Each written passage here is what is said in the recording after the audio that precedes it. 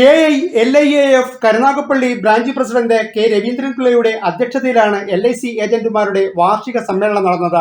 ജില്ലാ panchayat president doctor PK Gopan സമ്മേളനം ഉദ്ഘാടനം ചെയ്തു. LIC എന്ന സ്ഥാപനം പറഞ്ഞ് അവസാനിപ്പിക്കുന്നു. ഒരു പൊതുമേഖലാ സ്ഥാപനമാണ്, സർക്കാർ വ്യവസ്ഥയുള്ള സ്ഥാപനമാണ്. അതിന്റെ ഷെയർ സ്വകാര്യവൽക്കരിക്കാൻ പാടില്ല. അതിന്റെ ഏജന്റുമാര് സർക്കാർ ജീവനക്കാരില്ലെങ്കിലും ഈ LICയെ ഇത്രായിരം കോടി രൂപയുടെ ആസ്തിയുള്ള സ്ഥാപനമാക്കി നിർത്തുന്നത് LICയുടെ ഭരണക്കാരുടെ വീട്ടിൽ കയറി പൈസ പോളിസി ഉണ്ടാക്കിയിട്ടല്ല, ഏജന്റുമാരെ നടന്ന് തെണ്ടിയിട്ടാണ്.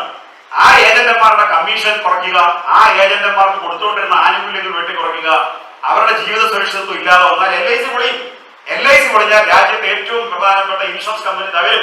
അങ്ങനെ ഒരു ഇൻഷുറൻസ് കമ്പനി തകർന്നു കഴിഞ്ഞാൽ നമുക്ക് പിടിച്ചിരിക്കാൻ പറ്റത്തില്ല.